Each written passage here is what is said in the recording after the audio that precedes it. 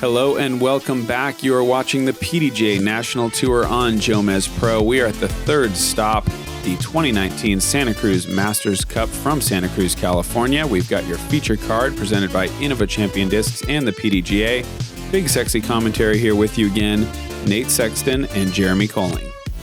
And Ricky's off to a very Ricky-like two-time Masters champion start with a 6 under front 12. No bogeys to speak of, and just kind of plugging away. And the rest of the card kind of having very De La-esque rounds. Some birdies, some bogeys, a lot of pars. This course is all about getting a lot of threes and a lot of twos and just avoiding those red and purple numbers. Look at the front 12 here for some of these players. 7 under. Size Elmore with an ace on hole 3. Austin Ham follows it the very next card with another ace on hole 3. Some great disc golf being played on this course. Let's get to it.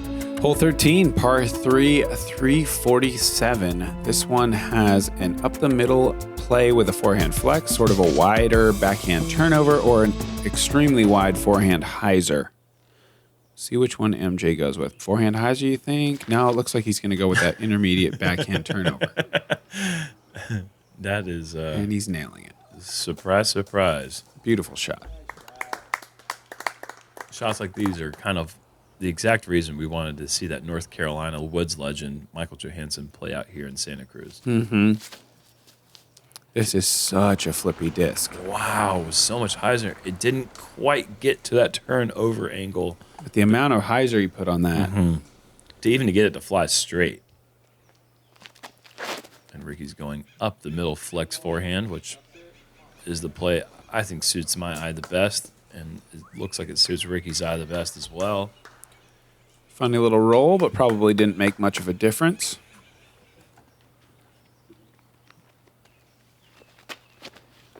You throw a lot of those lighter blue colored discs. Yeah, those Firebirds. Yeah. That was a bad one, though. But I'm going to try another one. If at first you don't succeed, grab a different one and throw it again. Okay. Yeah, good approach.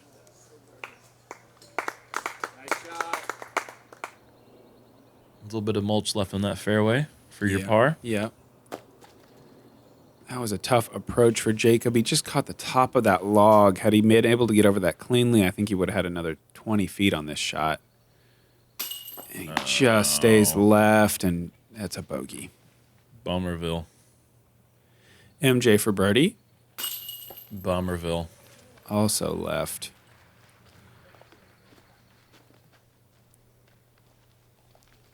Mach X catches almost anything you throw at it, but we still haven't designed a basket that really catches high left. And that's not a problem. Yeah, it's not a problem. You don't. That's not the. Yeah. It's not the target. It's not the intended spot. That is. Nice birdie for Ricky. Par for me. Jacob makes bogey and MJ a par.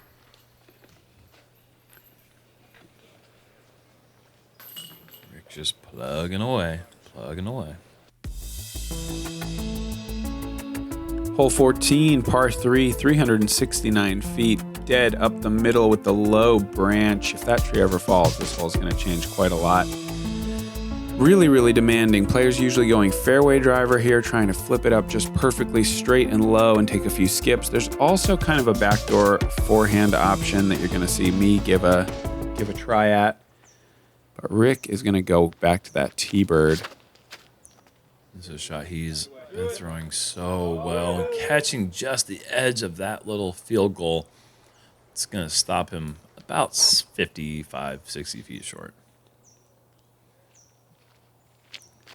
MJ, too high, most likely. Yeah. You don't see very many of them work at that height. They got to kind of go underneath. And this is such a trusting play to just, I don't know, forcing over that blind Anheuser shot takes a lot of trust, but then catching the high tree, that's going to leave a long approach. Yeah, not in a good spot. This is that super flippy one again. Good God, that thing is understable. Nearly had it. Fraction off. That was looking so great. Going with the R Pro Dart here. Maybe a little bit heavy on the turn. Oh, just fine. Pretty happy with that because that was not an easy place to get up to the basket from.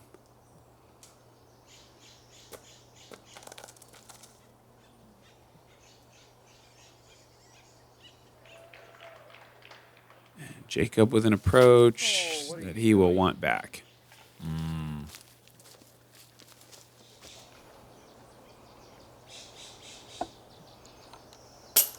Wow, Rick just barely off again. When he's on, man, he can be playing so well and you still feel like he's making mistakes. I mean, that's the nature of playing a course this difficult, but still. Yeah, it's just an assault on the basket when Ricky's feeling. It doesn't matter where he's at. Good recovery, salvage bogey at least. That wasn't an easy putt considering the previous two shots. Rick in for par.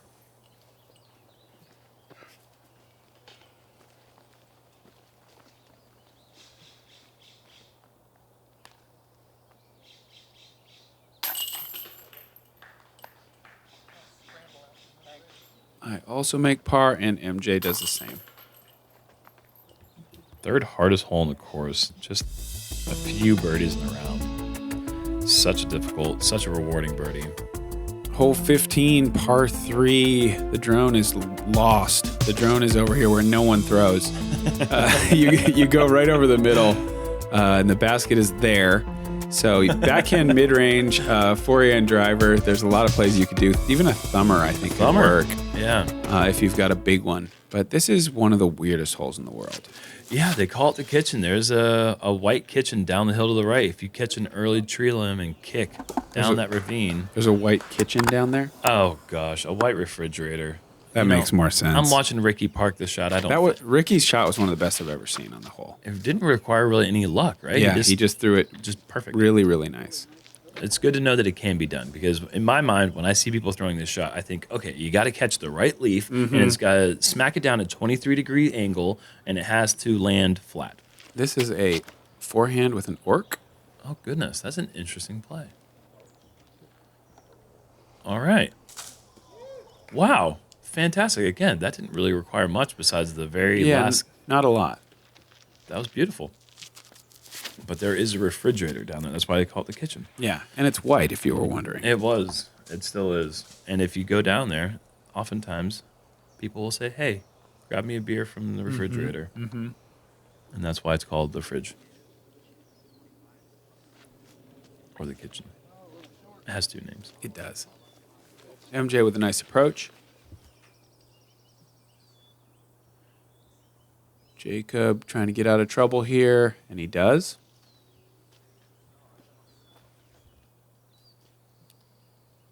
The beautiful shot right in the middle of the center of the basket. That's a great birdie to pick up. Glad to have it. Feels like it's been a while since I had a birdie.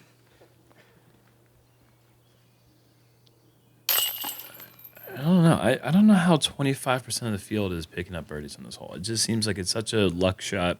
2 meters is just looming on almost everyone's drive. I think if you just throw it far and straight and high enough, you're going to bounce off some stuff, and you're going to have something inside 50, and a couple people are going to make that. I mean, I get it. 81 players in the field, a quarter of them are picking up the birdie. That just seems like quite a lot on that hole where it's just so tricky. Hole 16, our only par 4, 550 feet, open field drive, really, really technical low ceiling finish. The best play here, distance driver, thrown hard and low, stand it up just a little bit to get it straight, and then finish with that signature distance driver skip way into the left.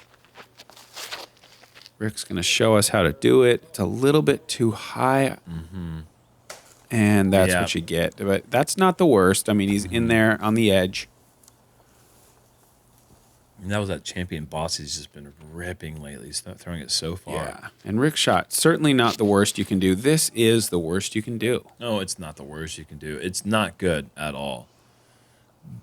Okay, it's about the worst you can do. But I don't know what happened there. It slipped out of my hand.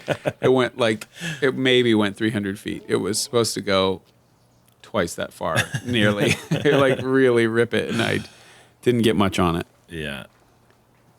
Especially, spoiler alert or no spoiler alert? I think don't give it to him. Okay. All right. Just wait. It's just kind of surprising considering some other things that you'll soon know about. Yeah. Regarding a skins match that maybe happened the day before the event. Yeah. And I was lucky here. Had the room to be able to go with my signature shot, the tomahawk. Wow. And you've got a good look at your birdie putt. Your signature shot. You kill me, man. You don't know about my signature shot? I do now. I do. Haven't you played with me before? I have. I'm tomahawking all over the course. And Ricky's up there with his pro pig. Oh, and Jacob catches some limbs. Doesn't get much advancement there. And you're kind of seeing why they decided to call this one a par 4 for the first time ever this year. Oh, and MJ also hits a tree. Doesn't take too bad of a roll, but he's well away from the basket. It's just so many areas where you can throw the disc, but equally as many that are just blocked with, what do we call these, spider trees? Yeah. I think that's the... Octopus trees, right? Both have 8 legs, so it doesn't really matter. You pick your... Probably half and half. This low ceiling putt for a birdie. Wow. Did not think you were going to be picking up a 3. You and me both. Especially with as many rotations as you had in that putt. I could read your name inside your rim. I had to go to the stagger stance there because it was so low ceiling. I couldn't do my straddle delivery. Rick's just casually at 9 under. Very casually. I mean, he's done some good work, but nothing that you would be like, oh, I couldn't do that. You know? I don't know. Making it look easy. Hole 17, par 3, 363 feet. This one is just so difficult. The tee pad buried down in a little hole. You've got that one little gap to get out of, and then you still have a long way to go with a lot of trees. Most players go with a low backhand through that gap, but if you hit early, I mean, it's kind of over for you. Mm-hmm. So it's such a nervy shot.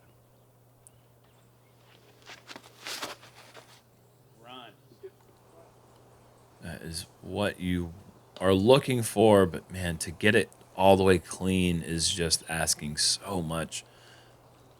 That drive is rewarding in the fact that he's got a look for birdie. Mm-hmm. I'm going with a sidewinder. You go for the forehand roller play. I thought this was so perfect. And you can just see that ground play. Yeah, I got that bad bounce, but that's very likely. I mean, I'm rolling it through a bunch of roots. Mm-hmm. But yeah, and again, once that is a rewarding finish for where your drive landed right there. Had weird action on that. The hillside kind of like scooped it up and just stopped it. Yep. A lot of times you see these discs get really long, straight skips on this hard pan.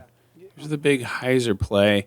You really want to get left, which he did a good job of. If you stay out right, 2 meters is a pretty likely result. Mm-hmm. So he did a good job getting that way left, getting under the pine tree that's not as likely to catch your disc.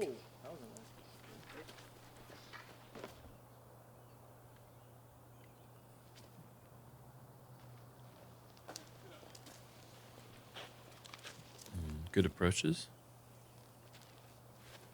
Horrible. Bad approaches? Yeah. Yep. And Ricky, the assault on the cage continues, just catching metal from everywhere. Eventually they're going to go in. I have this left for my 3. And that's a frustrating 4 to take. It's kind of a balancing of what happened last hole. Didn't probably deserve a 3, and there I certainly should have had a 3, and in the end I end up with 7 shots. That's a good way to look at it. The way I look at it is you just kind of screwed up there, and you shouldn't have. I agree. Some good 3s for my card mates and a 4 for me. I'm only kidding. No, you're not. You don't need to kid around. Yeah. I definitely screwed up, and I shouldn't have. Yes. Okay. There's no offense taken. Okay. Hole 18, par 3, 339. This This one is kind of tucked under these trees, so you can go big, wide forehand. You can go high flex backhand. You can go low backhand, trying to get underneath. It's another one of those holes that just is really odd and really difficult to find a consistent way to get near the basket. Rick's going for the super wide sidearm. And I think he was even saying too tight when that came out of his hand. So he even prefers perhaps wider. Wow. Okay. Too tight. That is an interesting. That's solid from MJ. And Jacob starting to flex. So all these guys are pretty well left of the basket. Yeah, it's got to have some good anhyzer to get that ceiling and the nose down. Once it gets over these bushes, to get under the limbs of the trees by the basket is such a tall task. Yeah. Ooh, good job getting down.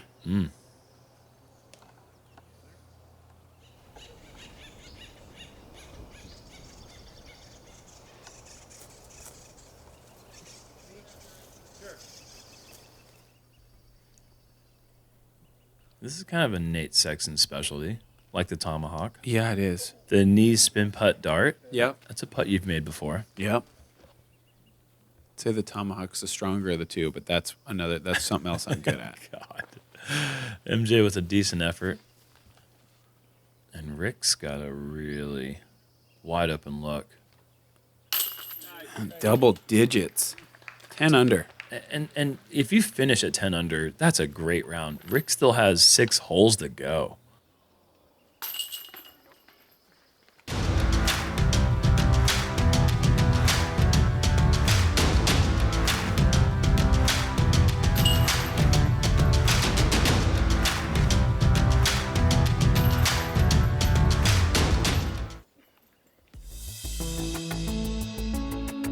Hole 19, par 3, 435. Not a lot in the way, but a few small trees late, a little bit of a slope on the right side, and some nice big pines around the basket. You can go backhand turnover with maybe like a fairway driver if you're a power thrower.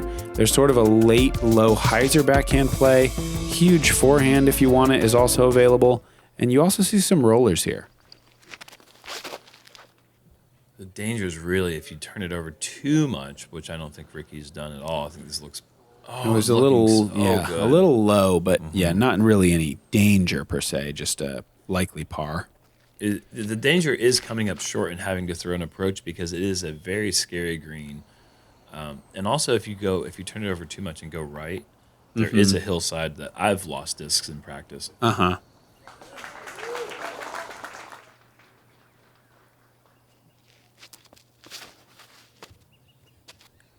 This is a pretty decent looking line. You want to push that right side as he's done, but just didn't quite have the full distance to get through. That's a big roll, though. Get out of there. Give him a stand-up putt. That could make a big difference. Certainly. And it looks like you're lining up a destroyer sidearm. Yep. Go full flex. Looking pretty decent. Does it have the distance? It definitely is putting you in range.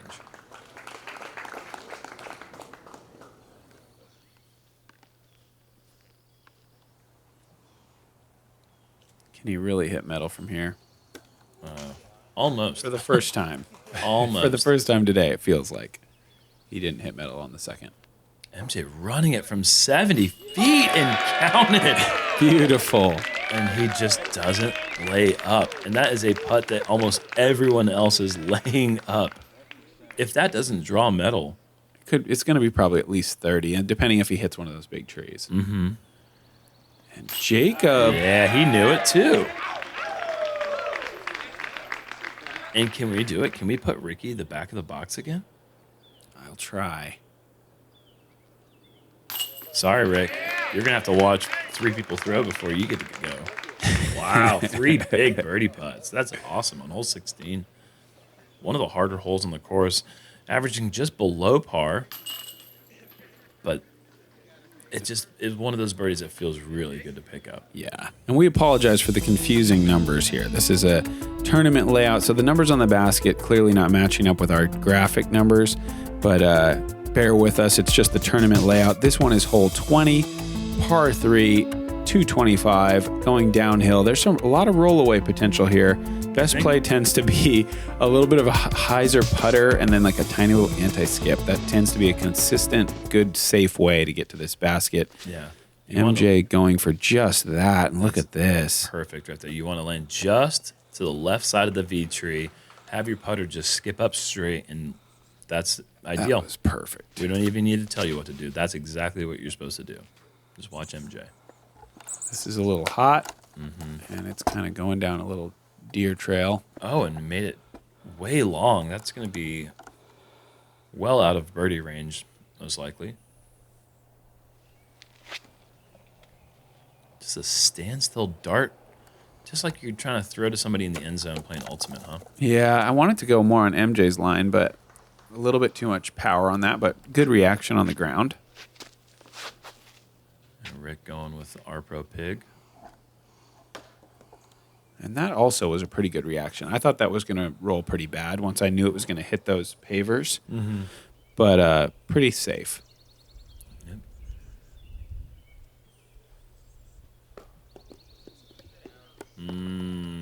Oh, he should be okay from there. I've got about 20 feet here. And I wimped it. Frustrating. Yeah, that's not something you see very often. Good birdie from Ricky.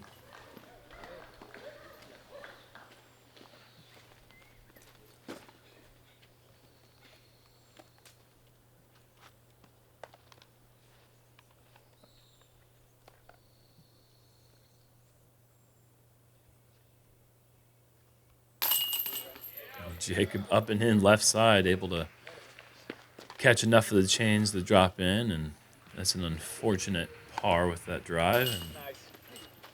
And MJ perfectly done.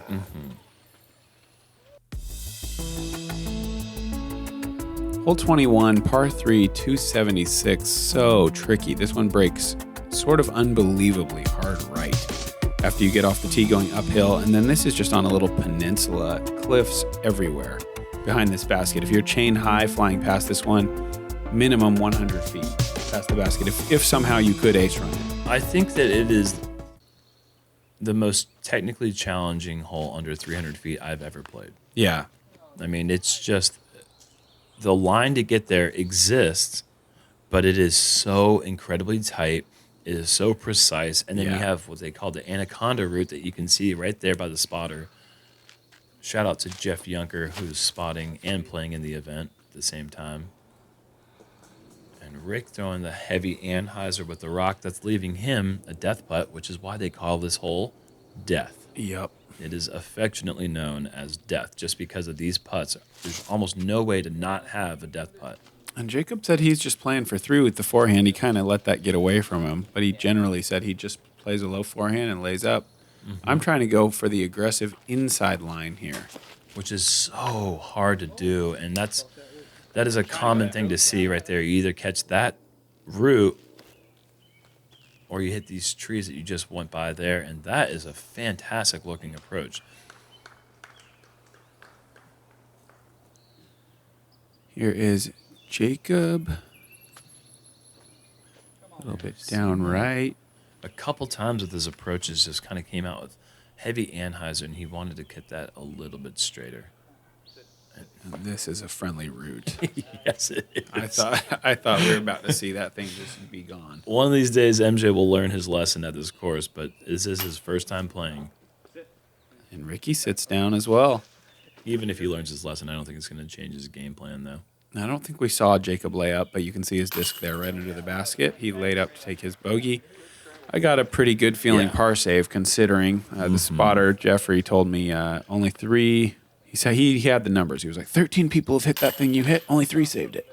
Yeah. So, I was one of the few to birdie it, and at the time he told me I was only the 5th birdie. Yeah, I don't think there were many birdies on the day. Yeah, there was a total of 10 birdies for the day, so I was right there at the midway point. There you go. It was a Nice turn for Jeff. He's about to see a lot more birdies after I came through. Hole 22, par 3, 324. Straight up the middle, you got to go between these two large trees and then hyzer just before that group of 6 or 7 and get your skip towards the basket. Popular choice here would be an overstable mid-range or maybe like a medium stable fairway driver. You don't really have a whole lot of other options aside from that flat to hyzer type finish shot. Mm-hmm. Rick has been throwing this really well. See if he can do one more. It sort of looks like he can. Yeah. He's just making this hole so easy. He opened up the fairway where it looked like it was kind of an open shot. Mm-hmm. It's just anything but. A little bit tight to the left side, exactly how you have to throw it. Just getting around that big, big leaf maple? Those are pines, actually. Oh, that's a big pine. You know pines. That. Yep. I thought you were just making up names. We're not. That's actually real. No, these are pines. Yeah, okay, yeah. Definitely. This is pushing that back edge of the fairway, and MJ as well. Getting through, and look, MJ threw a great shot. Look, he's still got 35 feet. Yep. I'm trying out a Rock X3 here.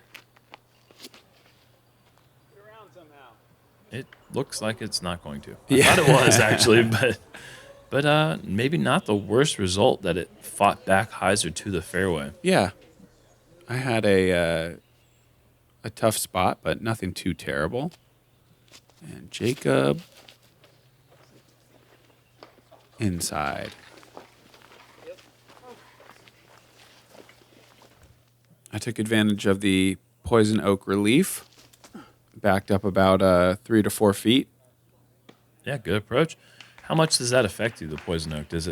Are you pretty allergic to it? I wouldn't say. I'd say not more than average. Okay. Maybe less than average. I definitely can get it, but I'll certainly take my relief, especially if it's a situation where you get a better shot for doing so. You know. Mm-hmm. And MJ is going to have to make a tough putt for par, and he is in. But you're going to see Macbeth out here with long sleeves and pants every round, because if it's even in the air, he gets it very bad. He gets it all over his body. And Rick with a just super easy birdie. Yeah. Awesome.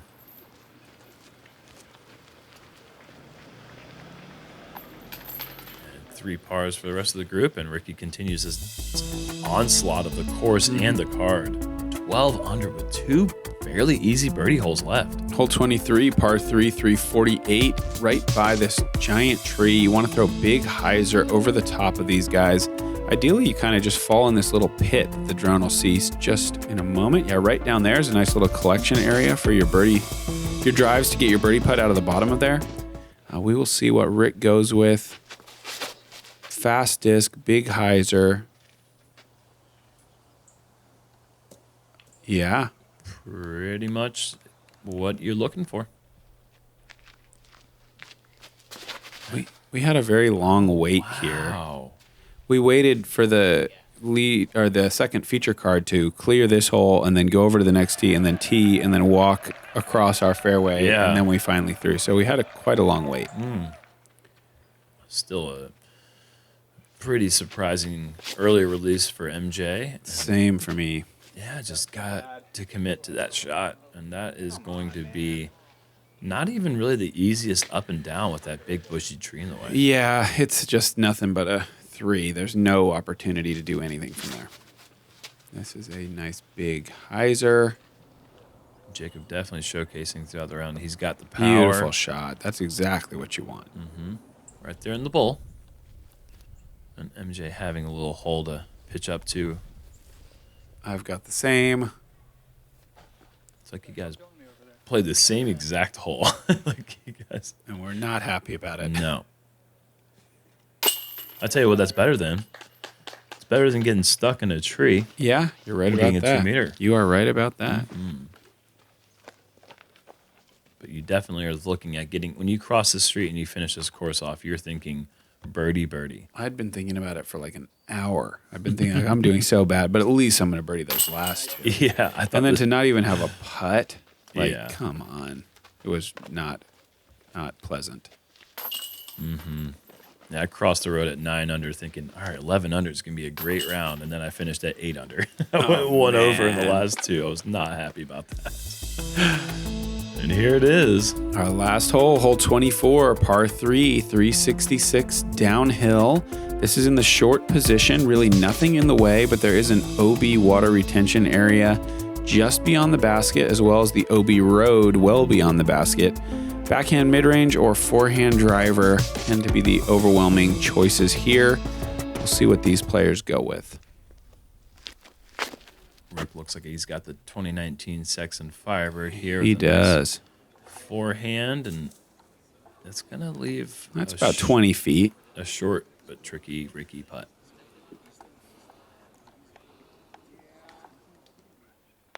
And Jacob, maybe even going to a putter? Hard to tell. Did they say why they moved this basket short? I think probably, again, just trying to reduce interaction with the road. Yeah. I quite liked this hole being close to the road. It just brought that little bit of an element of like, am I going for it all the way? Am I going to try to lay up short? This hole, the out of bounds, is close, but not close enough to really give it that pucker factor.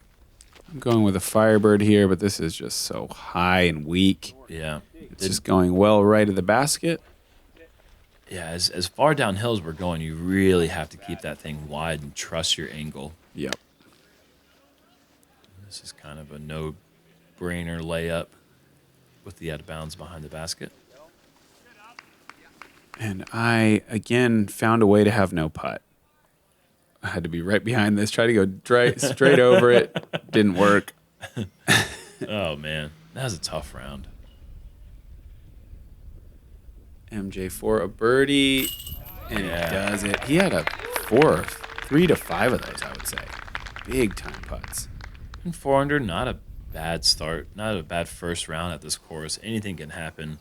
Oh, after this guy taps in, 4 under starts to look pretty bad when you look up and you see a 1-4, 14 under. 14 under par. That's a course record on this layout because it's the first time we've ever played this layout in the tournament. Yep.